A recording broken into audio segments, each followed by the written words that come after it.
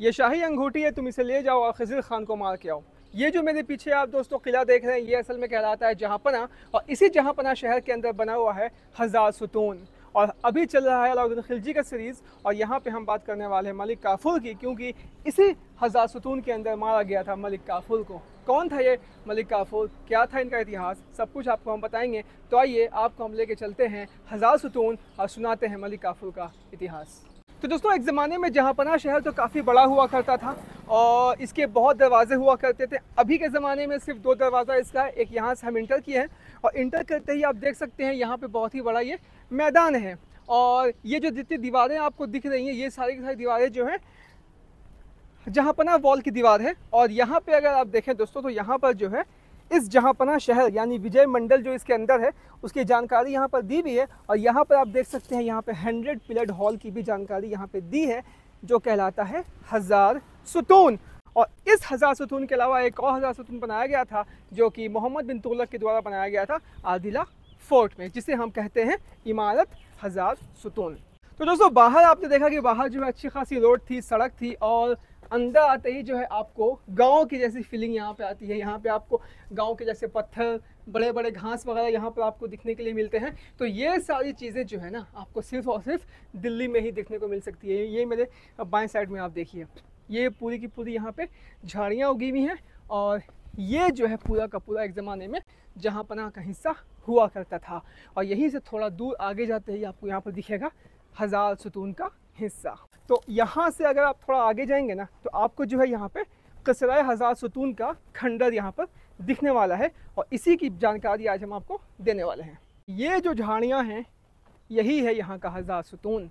Unfortunately जो है ये सारी चीज़ें जो हैं आज घास फूस से बिल्कुल कवर हो चुकी हैं। ये कसरा हज़ार सुतून जो है ये असल में सीढ़ी फोर्ट का हिस्सा हुआ करता था, जिसे अलाउद्दीन खिलजी ने बनवाया था। और आज आप देख सकते हैं कि पूरा का पूरा जो है ख़त्म हो चुका है, लेकिन ये कसरा हज़ार सुतून जो है अपने आप में बहुत सारा इतिहास छुपा के रखा है।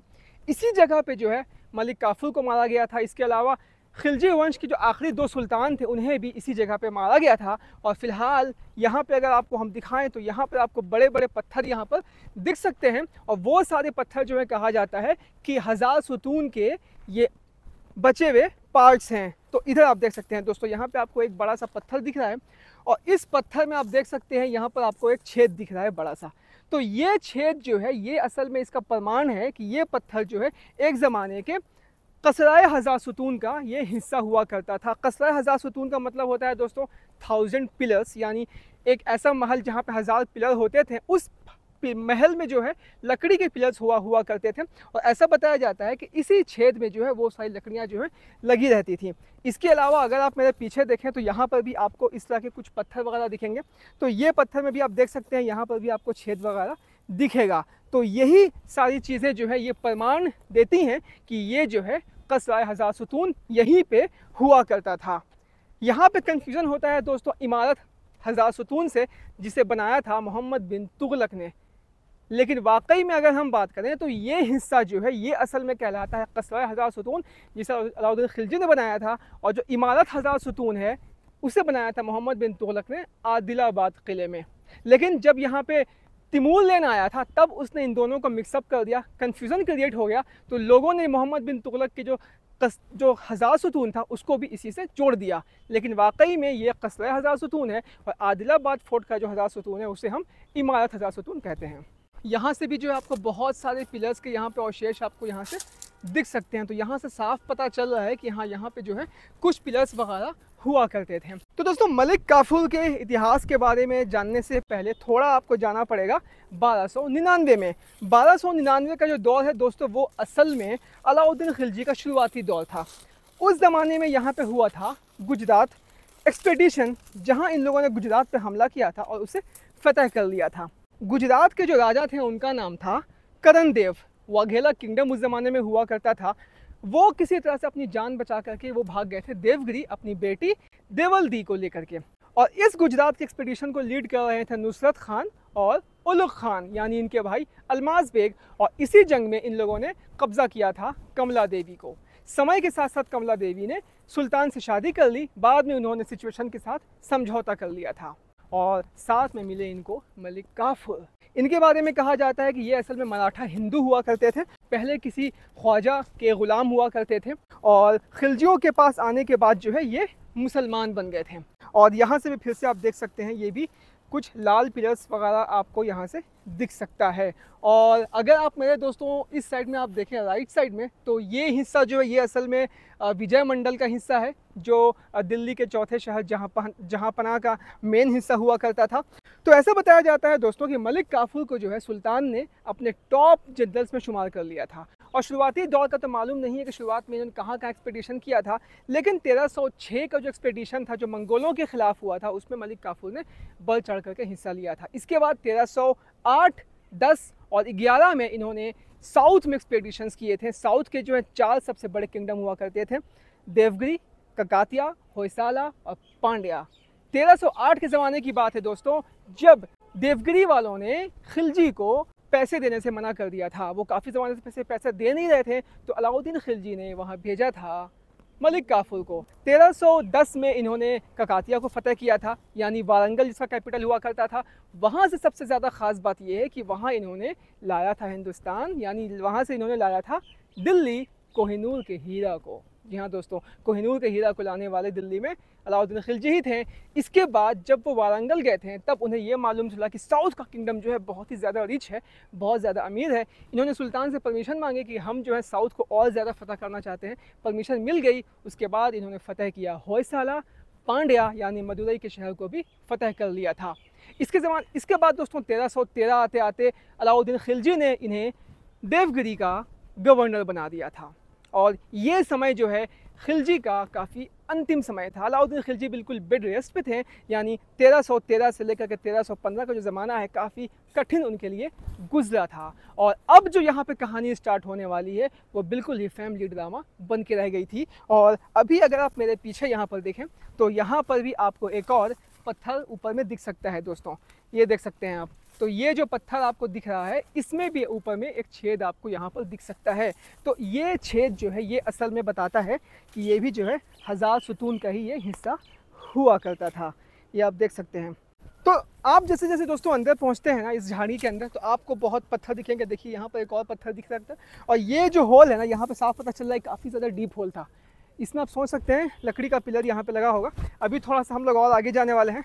तो दोस्तों यहाँ पे अब आप देख सकते हैं कि हम लोग बिल्कुल झाड़ियों के बीच में हैं। और ये जो दीवार आप देख रहे हैं, अभी हम इसके ऊपर यहाँ पर खड़े हुए थे।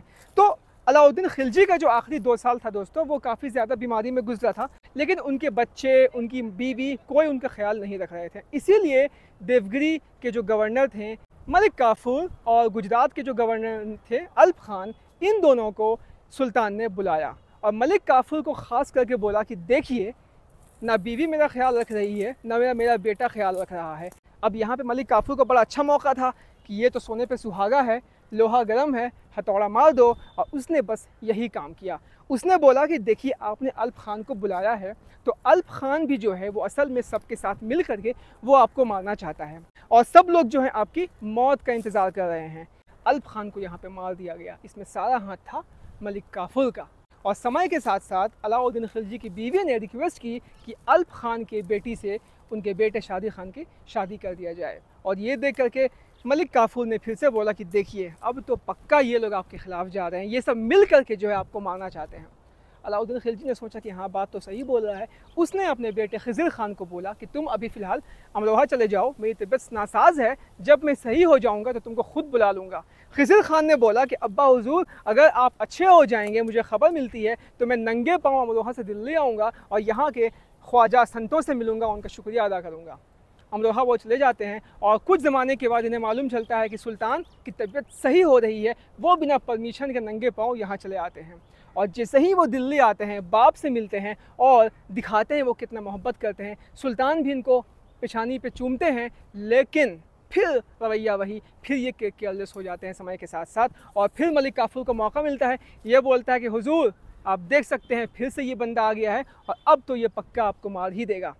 और ये देख करके दोस्तों उसका दिमाग में बिल्कुल ये सब बात जो है घर कर गई थी और सुल्तान ने बोला कि खिज़िर खान को ग्वालियर भेज दिया जाए, इसे जेल में डाल दिया जाए। खिज़िर खान के साथ साथ इनके भाई शादी खान को भी जेल में डाल दिया गया। और फिर 1316 के जनवरी में अलाउद्दीन खिलजी का इंतकाल हो जाता है। इसके बाद मात्र 1 महीने का मौका मिला था मलिक काफूर को, लेकिन उस 1 महीने में जितना इन्होंने तांडव मचाया वो कुछ कम नहीं था। अलाउद्दीन खिलजी का इंतकाल जो है 1316 की जनवरी में हुआ था। उनको कुतुब मीनार कॉम्प्लेक्स में दफनाया गया। दफनाने से पहले मलिक काफूर ने उनकी अंगूठी अपने पास रख ली। उस अंगूठी को इसने सुंबुल को दिया। सुंबुल से बोला कि ये शाही अंगूठी है, तुम इसे ले जाओ और ग्वालियर में इनका बेटा खिज़िर खान है, उसे अंधा कर दो। ये सब इसलिए था दोस्तों क्योंकि उसे डर था कि इनके मरने के बाद कहीं खिज़िर खान आके गद्दी पे ना बैठ जाए। इसके अलावा कहा जाता है कि खिज़िर खान को अंधा कर दिया गया और शादी खान जो एक और बेटे थे उन्हें भी अंधा कर दिया गया, और फिर मुबारक शाह जो एक और बेटे थे खिलजी के, उन्हें भी जेल में बंद कर दिया गया। सिर्फ एक बेटा बचा था शिहाबुद्दीन उमर, जो कि 6 साल का था। मलिक काफूर ने एज अ पपेट उसे गद्दी पे बैठा दिया गया। और ऐसा बताया जाता है कि यही वो एरिया था, यही वो किला था जिसे हम कहते हैं हज़ार सुतून, जहाँ पे मीटिंग्स वगैरह उनके मरने के बाद वो लोगों से किया करता था। यही वो महल है जहाँ पे वो बैठ करके लोगों से बातें किया करता था। और ऐसा बताया जाता है कि उनकी बीवी मलिका जहाँ, उसको भी उन्होंने सारी प्रॉपर्टी से बेदखल कर दिया था। तो आप सोच सकते हैं कि खिलजी परिवार के साथ कितना ज़बरदस्त खून का खेल खेला गया था। और ये सब देख करके जो दोस्तों वहाँ के जो बॉडीगार्ड्स थे उस महल के सीढ़ी फोर्ट के, उनको गुस्सा आता है और उसमें से एक थे बशीरुद्दीन। ये सब जाते हैं, प्लान बनाते हैं उसे मारने का। और यही वो जगह है हज़ार सुतून जहाँ पे मलिक काफूर मारा गया था। तो अब आप सोच सकते हैं कि आज जिस जगह पे हम खड़े हैं यहाँ पे मलिक काफूर की मौत हुई थी दोस्तों। लेकिन आज इस ज़माने में 21st सेंचुरी में हमें मलिक काफूर की कब्र का पता नहीं है। तुज़ुके फ़िरोज़ शाही में फ़िरोज़ शाह तुगलक ने ये मेंशन किया है कि उसने मलिक काफूर की कब्र को देखा था, वो ज़मीन में धंस चुकी थी और उसने उसे रिपेयर करवाया था। काश हमें उनकी कब्र दिख पाती। और इनकी मौत के बाद मुबारक खिलजी गद्दी पे बैठ जाते हैं, और मुबारक खिलजी को भी खुसरो खान ने मारा था, वो भी इसी जगह पे मारा गया था। ये देख करके दीपालपुर के गवर्नर थे गाजी मलिक, उन्हें बड़ा गुस्सा आता है, बड़ा अफसोस आता है, बड़ा रंज आता है। वो रोते हैं, वो बोलते हैं कि हम दिल्ली की तरफ कूच करेंगे और खुसरो खान से लड़ाई करेंगे। खुसरो खान को भी इसी जगह पे मारा जाता है। यानी खिलजी वंश के आखिरी 2 सुल्तान की मौत इसी जगह पे होती है जहाँ पे आज हम खड़े हैं। चीज़ें यहाँ पर सही से दिख नहीं रही हैं, लेकिन आप आज तसव्वुर कर सकते हैं दोस्तों कि ये वो जगह है जहाँ पर खिलजी का अंत होता है। और यही वो जगह है जहाँ पे ग़ियासुद्दीन तुगलक गद्दी पे बैठते हैं और खिलजी के बेटों के मौत पे रोते हैं, आंसू बहाते हैं। तो आप सोच सकते हैं कितनी दर्दनाक कहानी है अलाउद्दीन खिलजी की। लेकिन किस्मत यही है, जिस तरह से खिलजी वंश की शुरुआत जलालुद्दीन खिलजी ने एक छोटे से बच्चे को मार के की थी, वही अंत जो है खिलजियों का हो गया। तो दोस्तों ये थी पूरी कहानी मलिक काफूर की, हज़ार सुतून की। आपको उम्मीद करते हैं आपको हज़ार सुतून, कसरे हज़ार सुतून और इमारत हज़ार सुतून का फ़र्क समझ में आ गया होगा। तो अब हम मिलते हैं आपके साथ खिलजी सीरीज़ की अगली वीडियो में एक नए जज्बे, नए इतिहास, नए जानकारी के साथ। तब तक के लिए जय हिंद।